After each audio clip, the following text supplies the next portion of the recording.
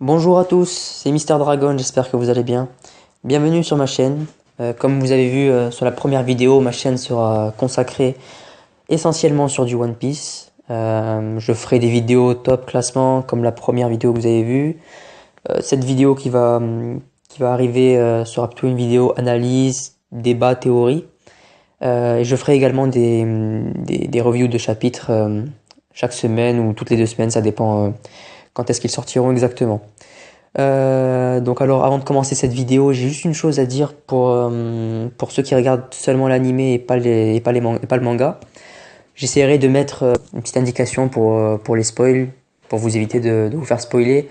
Je vous mettrai la minute à laquelle aller pour pas vous faire spoiler. Sinon, concernant cette vidéo, comme vous avez pu le voir dans le titre, je vais parler de ce qu'on appelle le parallélisme. Comme quoi, dans One Piece, à partir d'un certain moment, il y aurait des choses qui recommenceraient. Le moment, vous le savez, auquel je fais allusion, c'est bien sûr à partir de l'ellipse. Après l'ellipse, en fait, à partir du voyage dans le Nouveau Monde, certains ont remarqué en fait qu'il y avait des similitudes entre le Nouveau Monde et la première partie de Grand Line qu'on appelle Paradise. Et certaines îles ont des similitudes avec d'anciennes îles de Grand Line, et je vais essayer de relever ces similitudes pour voir vraiment si c'est seulement des petits clins d'œil de la part d'Oda ou si c'est vraiment quelque chose de plus conséquent, quelque chose de plus symbolique, et si on peut vraiment appeler ça du parallélisme.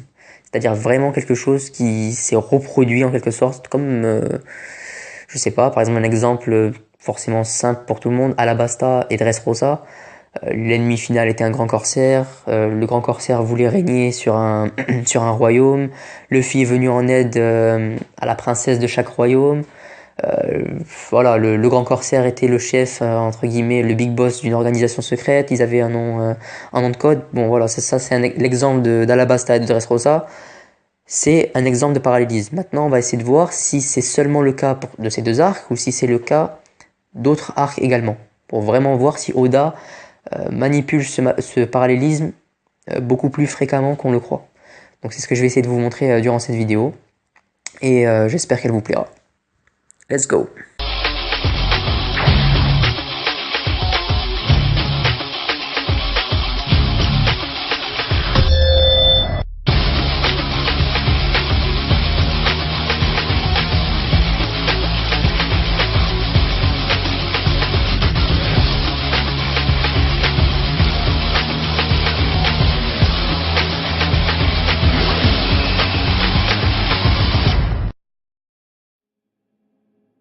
C'est certainement ici que l'idée de parallélisme a commencé. Après la publication du tome 61 d'Eiichiro Oda, on a constaté des similitudes avec le tome 61 et le tome 1, que ce soit dans le titre, à l'aube d'une grande aventure, et à l'aube d'une grande aventure vers le Nouveau Monde, ou que ce soit même dans la posture des personnages, dans l'environnement. Regardez les mouettes, regardez la position de Luffy, regardez Nami et ses jumelles, regardez Zoro qui tient la bouteille dans le premier tome, à droite. Pareil, il tient toujours une bouteille avec Usopp. Voilà, c'est un choix délibéré de la part d'Oda d'avoir fait ces deux tomes de la même manière pour montrer à chaque fois le début d'une nouvelle aventure, et peut-être d'une aventure, que ce soit pour Grand Line, la première partie de Grand Line ou le Nouveau Monde, avec beaucoup de similitudes. À quel point le début de ces deux aventures risque de se ressembler, et que la suite de ces aventures, c'est-à-dire lors de la première partie de Grand Line et lors du Nouveau Monde, il risque d'avoir d'autres similitudes. Et on essaiera de les trouver une par une. Donc j'ai placé chacune des îles selon Paradise et le Nouveau Monde à la suite l'une de l'autre. Donc comme vous pouvez le voir, il y a beaucoup d'îles dans la première partie de Grand Line, et honnêtement je ne pense pas qu'il y en aura autant dans le Nouveau Monde. C'est pourquoi il m'est venu l'idée de regrouper plusieurs îles de Grand Line dans une seule et même île du Nouveau Monde. Ça a bien marché au début, malheureusement, à partir de Water 7, ça a commencé à se compliquer. Je vous montrerai ensuite pourquoi exactement. Donc pour l'instant, on va commencer par la première similitude que j'ai trouvée entre Whiskey Peak, Little Garden et le Royaume de Drum avec Punk Hazard. Juste avant de commencer, vous pouvez remarquer qu'avant les deux mers, c'est-à-dire Paradise et le Nouveau Monde, les Mugiwara sont passés par une île avec des hommes poissons, Arlong Park et l'île des hommes poissons. Ils sont positionnés juste avant l'entrée dans une nouvelle mer. Et également, après l'entrée dans cette nouvelle mer, Pour Grand Line, les Mugiwara ont rencontré la Boon, une baleine île géante, venue de West Blue. Et comme par hasard dans le Nouveau Monde, juste avant d'arriver dans le Nouveau Monde, ils ont été accompagnés également par plusieurs baleines du même type que la Boon, avec les mêmes cicatrices. Je pense pas non plus que Oda ait fait ça par hasard. Je vais commencer par présenter le lien entre Whiskey Peak et Punk Hazard pour l'instant. Si vous vous souvenez bien à Whiskey Peak, quand on avait commencé Whiskey Peak, Vivi était considérée comme une antagoniste. On savait bien qu'il y avait quelque chose de louche avec elle. Elle était d'ailleurs accompagnée de Mr. Nine. Et on savait bien qu'il préparait quelque chose sur Whiskey Peak. On ne se doutait pas qu'il s'agissait d'un repère d'une organisation criminelle du nom de Baroque Works. Cependant, à la fin de l'arc Whiskey Peak, on s'est rendu compte que Vivi était en fait la princesse d'Alabasta. Et finalement, c'était elle qui avait besoin d'aide. Et c'était elle la vraie, entre guillemets, victime de cet arc. Du coup, les Mugiwara l'ont pris sous leur aile et elle a accompagné l'équipage pendant un certain temps. Ce que j'ai voulu faire comme lien ici, en fait, c'est avec Kinemon. Si vous remarquez bien, à Punk Hazard, il s'est passé exactement la même chose. Avant d'arriver à Punk Hazard, les Mugiwara ont reçu un appel d'urgence. C'était un escargophone et c'était une personne qui disait qu'un samouraï était en train de trancher tout le monde sur Punk Hazard. Donc pareil, dès qu'on avait commencé Punk Hazard, on était parti dans l'idée que l'antagoniste, le méchant de l'histoire, allait être un samouraï, allait être Kinemon. Et au final, on s'est rendu compte que non. Kinemon était à la recherche de son fils, et ce n'était pas lui le vrai méchant de l'histoire. C'était César Clown. Et finalement, Kinemon ensuite a rejoint l'équipage. L'équipage a accepté d'aider Kinemon, et pareil, Kinemon va accompagner l'équipage pendant un certain moment. Donc là, entre Whiskey Peak et Punk Hazard, on a la même introduction de personnages. C'est-à-dire, au début, on pensait que c'était des méchants, des antagonistes, et finalement, ils finissent par intégrer l'équipage pendant un certain moment afin d'être aidés par l'équipage des Mugiwara. Toujours avec Whiskey Peak, mais du côté des antagonistes à présent. Si vous vous souvenez bien, à Whiskey Peak, l'arc s'est conclu avec l'arrivée de deux agents spéciaux du Baroque Works, Mr. Five et Miss Valentine, qui sont arrivés pour capturer Vivi. Ils ont été envoyés spécialement par Mr. Zero, le boss du Baroque Works. Et bien je trouve que ça ressemble énormément à ce qui s'est passé à Punk Hazard. Joker qui envoie deux de ses agents, Baby Five et Buffalo, pareil, un homme et une femme, pour régler la situation sur Punk Hazard. Et je trouve quand même que ça fait beaucoup de points en commun. Je vais comparer à présent le royaume de Drum et Punk Hazard. Vous vous souvenez bien du royaume de Drum avec Wapol qui était le souverain. Il avait réussi à faire s'enfuir tous les médecins réputés de cette île. Cette île était réputée pour avoir énormément de médecins compétents. Et il a gardé seulement 20 médecins très compétents, mais seulement à ses ordres. Et quiconque devait tomber malade ou devait avoir besoin d'une consultation devait embrasser les pieds de Wapol afin de bénéficier de ces consultations de ces 2Bib20. Durant cet arc, on a bien vu que Wapol ne se souciait pas du tout de l'état de santé ou ni même de la vie de ses concitoyens. Et je trouve qu'il y a un petit point commun avec César Clown sur Punk Hazard, qui n'a pas hésité à kidnapper des enfants en leur faisant croire qu'ils étaient malades. Il leur donnait des bonbons tous les jours. Ces bonbons étaient en fait des drogues, et malheureusement les enfants ne pouvaient plus s'en passer. Et on a bien vu que ces drogues avaient des effets secondaires, comme vous pouvez le voir sur l'image, et ça ne semblait pas déranger César de continuer à faire ce traitement. Donc je trouve que César et Wapol sur ce point-là sont très ressemblants. Honnêtement, ils sont aussi détestables l'un que l'autre et ne se soucient même pas de la santé ni même de la vie des gens qui les entourent. Mais il y a un autre point commun entre Punk Hazard et le royaume de Drum. Ce point commun, je pense qu'il va vous plaire, étant donné que le royaume de Drum est la première île du manga où on aperçoit pour la première fois un utilisateur de fruits du démon de type Zoan. On en voit deux exactement, Chopper et Dalton, si vous vous souvenez bien. Mais à Punk Hazard, on a également vu quelque chose du même domaine, de la même symbolique. Effectivement, c'est les fruits Smile, les fruits du démon artificiel de type Zoan qu'a réussi à créer César. En plus, le royaume de Drum est une île hivernale, et nous savons très bien que Punk Hazard possède une partie île hivernale. Donc je trouve que ce point commun est quand même plus révélateur, et maintenant on peut peut-être commencer à penser à du parallélisme. On a parlé de Whiskey Peak, on a parlé du royaume de Drum, il ne reste plus que Little Garden. Et là je pense que ça va vous intéresser. Sur Punk Hazard, on est tous au courant, il y a eu un duel légendaire qui a duré 10 jours entre Aokiji et Akainu. Mais il y a également un autre duel légendaire qui se déroule tout le temps aujourd'hui, sur Little Garden. Et oui, ce sont les deux guerriers d'Elbaf, Dori et Brogy, qui se battent depuis plus de 100 ans sans merci. Et je pense qu'en voyant les photos, vous savez où est-ce que je veux en venir, n'est-ce pas? Dory est surnommé le démon bleu. Brogy est surnommé le démon rouge. Ça fait quand même un joli petit lien avec Akainu et Aokiji. Et ce n'est pas tout. Si vous vous souvenez bien, à Little Garden, l'un des deux géants a réussi à l'emporter. Certes, Mr. Tree s'était interposé entre les deux et avait trafiqué le duel, mais si vous vous souvenez bien, c'est Brogy, le démon rouge, qui avait pris l'ascendant. Et peut-être était-ce un foreshadowing de la part d'Oda, qui voulait nous dire qu'Akainu allait être le vainqueur de ce duel contre Aokiji. On passe maintenant à une autre partie du manga, Alabasta, qui forcément, je pense, vous l'avez déjà remarqué, a un gros lien avec Dressrosa. Je vous ai tout à l'heure parlé du rapport entre Doflamingo et Crocodile. Je vais vous parler maintenant d'un autre lien, le lien des frères de Luffy. En effet, sur Alabasta, Luffy revoit son frère Ace, qu'il n'avait pas revu depuis plus de 3 ans. Et ce frère même s'interpose face à un soldat plutôt puissant à l'époque, Smoker, contre lequel Luffy n'avait absolument aucune chance de toucher le corps enfumé. Et bien à Dressrosa, il s'est passé à peu près la même chose. Sauf qu'au lieu d'Ace, c'est Sabo, avec le pyrofruit, ou le Mera Mera no Mi, qui s'est interposé face à Fujitora, un amiral de la marine, qui comptait s'interposer devant Luffy. De la même manière, Luffy fut surpris de rencontrer Sabo à Dressrosa, étant donné qu'il le pensait mort et qu'il ne l'avait pas revu depuis plusieurs années. Parlons maintenant des deux Big Boss, les deux principaux antagonistes que Luffy a dû affronter durant l'arc d'Alabasta et de Dressrosa. D'un côté Mr. Zero, alias Sir Crocodile, et de l'autre Joker, alias Doflamingo.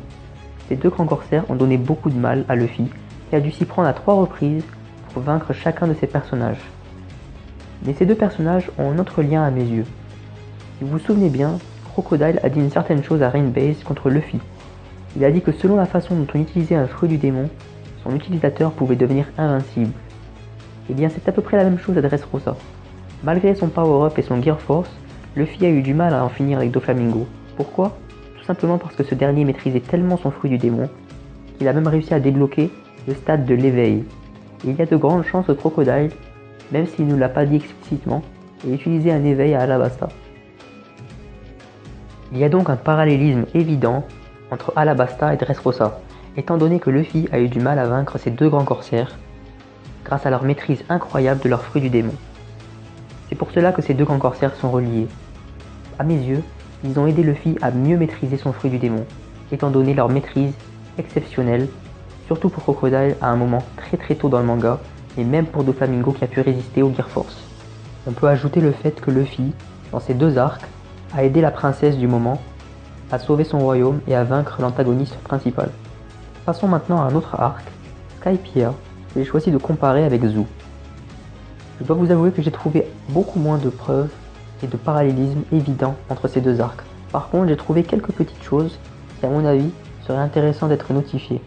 Par exemple, vous vous souvenez tous d'Ener et de son fulgurofruit, qui lui permettait de contrôler et d'être même la foudre. Ça ne vous aura pas échappé, à Zou, tous les Minks possèdent l'électro, un pouvoir leur permettant de contrôler l'électricité et de l'utiliser en plein combat. Je pense qu'Oda n'a pas fait ça au hasard. Mais il y a une autre ressemblance intéressante entre Skypiea et Zou.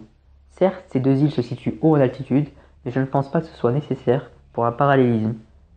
Le détail le plus intéressant, c'est concernant Robin.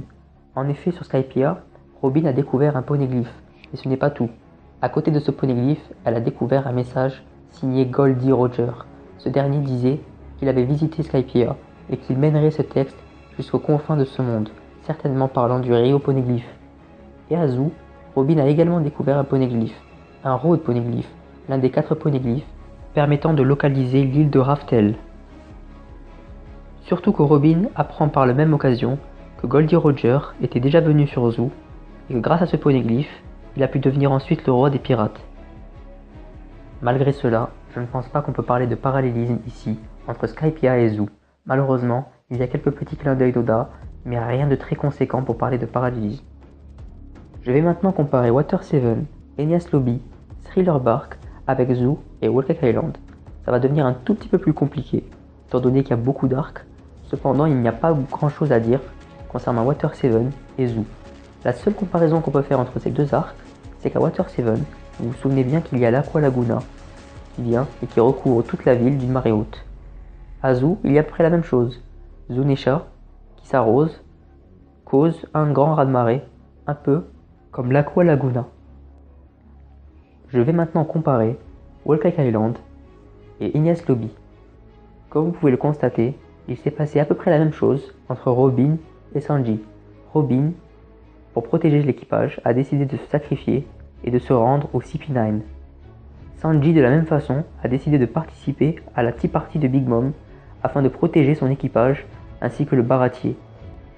Cependant, dans les deux cas, Luffy et son équipage se sont rendus dans les lieux où devaient se sacrifier leurs Nakama et ont réussi à les convaincre de revenir. Je vais maintenant parler de Rob Lucci, certainement l'antagoniste principal de l'arc Enies Lobby. Rob Lucci était surtout connu pour son incroyable puissance, dépassant de loin celle des membres du CP9. Il est vrai que son Zoan du léopard lui conférait une énorme puissance, mais je ne pense pas que ce soit là le cœur de sa puissance même.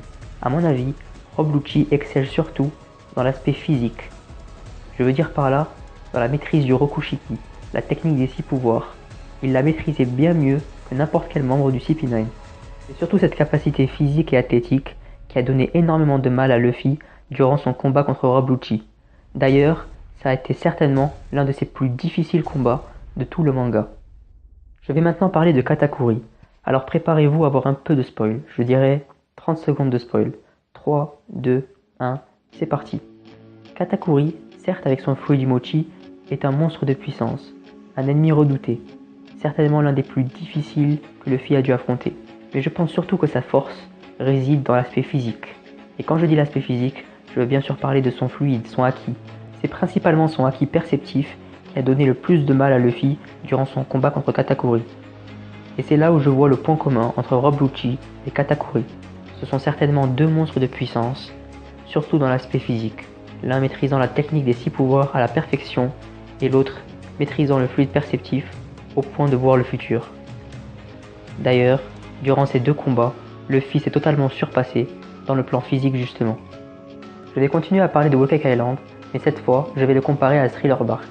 Je pense que cette fois, tout le monde doit connaître un minimum 3 ou 4 comparaisons entre Thriller Bark et Whole Cake Island. La première, forcément, le mariage. Le mariage de Nami et d'Absalom, qui a été interrompu de justesse par Sanji. Et bien bizarrement sur Whole Cake Island, c'est l'inverse. Sanji devait se marier avec Pudding, et Nami va faire partie du plan qui va faire échouer le mariage. Il y a également un gros point commun entre le pouvoir de Gecko Moria, lui permettant de contrôler les ombres, et celui de Big Mom, lui permettant de contrôler les âmes. Si vous regardez bien, les homies de Big Mom sont très ressemblantes aux zombies de Moria. Il suffirait juste de leur ajouter des points de suture et quelques bandages afin de les confondre avec les zombies de Moria. Il y a également Lola, qui était un certain foreshadowing de la part d'Oda, qu'on a rencontré à Thriller Bark, et qui a donné une carte de vie à Nami, qui lui permettra ensuite de se sortir d'une situation difficile sur l'île de Big Mom. Il y a également un autre point commun entre Thriller Bark et Whole Cake Island. Vous vous souvenez de la forme de Thriller Bark? Il y avait une grande bouche qui se refermait dès qu'elle avait avalé un bateau, et plus personne ne pouvait sortir. C'est un peu la même chose à Totland. À Totland, dès qu'on y est entré, on ne peut plus sortir, à moins d'en payer le prix de son âme. On arrive enfin à la dernière comparaison que j'ai choisie. Thriller Bark plus Sabondi serait égal à Oa. C'est difficile à dire pour le moment, car on n'a aucune information valable sur Oa pour le moment. Tout ce qu'on sait, c'est qu'il y aura très certainement une guerre contre Kaido. Mais il y a quelques points communs qu'on peut déjà relever dès à présent. Si vous vous souvenez bien, à Thriller Bark, c'est la seule île de Grand Line où nous avons vu un samouraï, le cadavre de Ryuma, le samouraï légendaire qui aurait tranché un dragon. Ce cadavre, ou plutôt ce zombie, était le seul samouraï que nous avons vu avant l'ellipse des 2 ans. Et nous savons bien qu'il n'y a pas 36 000 endroits où trouver des samouraïs. Bien évidemment, le pays de Wa. Je pense donc que Thriller Bark est forcément lié au pays de Wa. Mais il y a également d'autres petits détails intéressants. Gecko Moria, l'antagoniste principal de Thriller Bark, a mentionné pour la première fois le nom de Kaido l'Empereur. Il nous a révélé que c'est Kaido qui a massacré et décimé l'ancien équipage de Gecko Moria. Il y a également un autre petit détail qui m'a interpellé et qui je pense va faire un très beau lien entre Thriller Bark et le pays des Wa. Il s'agit d'Absalom. Absalom a reçu de la part du Dr Hogback des membres puissants de certains animaux comme l'éléphant ou le gorille. Et je pense que c'est un lien direct avec les Smiles, que Kaido en possède une armée, est capable d'utiliser les pouvoirs de certains animaux. Imaginez qu'il y ait dans l'équipage de Kaido un pirate qui a avalé plusieurs Smiles et qui aurait plusieurs capacités d'animaux différents. Ça ferait un joli parallèle avec Absalom. Et même si ce pirate n'existait pas, rien que le fait d'avoir une armée pouvant utiliser des Smiles de tout animaux différents serait un joli lien avec Absalom. Enfin, il y a une dernière petite chose que j'aimerais ajouter concernant le pays de Wa. On se souvient très bien qu'à Thriller Bark, lorsque les hostilités étaient terminées au sujet de Gecko Moria, un invité surprise s'est joint à la fête. Il s'agit de Bartholomew Kuma, l'ancien grand corsaire, plutôt toujours grand corsaire mais aujourd'hui malheureusement cyborg PX0. Bartholomew Kuma est arrivé à un moment critique. Luffy n'était même plus conscient et tout l'équipage était sur les rotules. Je pense qu'il arrivera la même chose au pays de Wa. À la fin de la guerre, très certainement lorsque Kaido sera vaincu, un invité surprise se joindra à la fête. Mon petit doigt me dit qu'il s'agira de Barbe Noire, qui interviendra durant cette guerre, peut-être pour voler l'un des poneglyphes de Kaido, certainement le Road Poneglyph, ou peut-être pour voler un fruit du démon. Ça ferait encore une fois un joli parallélisme entre Thriller Bark et le pays de Wa. Mais je ne pense pas que Thriller Bark soit le seul arc lié au pays de Wa. En effet, nous savons très bien qu'il va y avoir une guerre au pays de Wa et que Luffy ne sera pas le seul supernova présent là-bas. Il y aura très certainement Trafalgar Law, Mr. Captain Kidd, Zoro, Killer, Diez Drake, Apu, Hawkins et peut-être bien d'autres. Et forcément, si on parle de supernova, on doit forcément parler de l'archipel des Sabondi, cette même archipel où Luffy, Kid et Law ont joint leurs forces pour affronter la marine. Je ne pense pas qu'Oda a montré ça par hasard. À mon avis, ces trois-là seront les capitaines qui affronteront Kaido en personne, tandis que les autres supernovas affronteront très certainement les calamités de Kaido. Si on continue sur le parallélisme avec Sabondi, il pourrait peut-être y avoir un amiral qui se joindra à la fête durant cette guerre. Étant donné que Kizaru est intervenu sur l'archipel des Sabondi, je pense qu'il s'agira soit de Fujitora, soit de Ryukugyu. D'ailleurs, Fujitora a un look qui ressemble énormément à un samouraï. Et pour ceux qui ne sont pas au courant, Ryukugyu, qui veut dire taureau vert, ou en anglais Green Bull, serait également très certainement un samouraï. Pour ceux qui ne savent pas d'où je tire cette information, il me semble que dans le tome 59, dans l'arc de Dressrosa, Oda, dans l'un de ses tomes, a dessiné un acteur japonais avec des cornes de taureau. Cet acteur japonais ressemblait à trait pour trait à Toshiro Mifune, et on sait bien qu'Oda s'inspire de grands acteurs japonais afin de faire ses amiraux. Je pense donc que l'amiral Ryukugyu ressemblera énormément à Toshiro Mifune. Voilà, c'était un peu long, mais j'espère que vous avez apprécié ma première grosse vidéo sur le parallélisme dans One Piece. En conclusion, on pourra dire que le parallélisme n'est pas aussi évident qu'on le croit.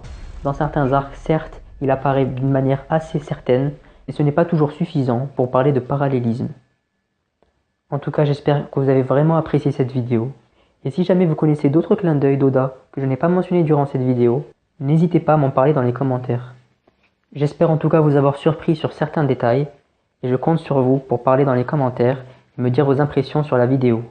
N'hésitez pas à liker, partager, parler de la vidéo autour de vous. Ce sera grâce à vous, et seulement grâce à vous, que notre révolution prendra forme. Prenez soin de vous, et je vous dis à très bientôt.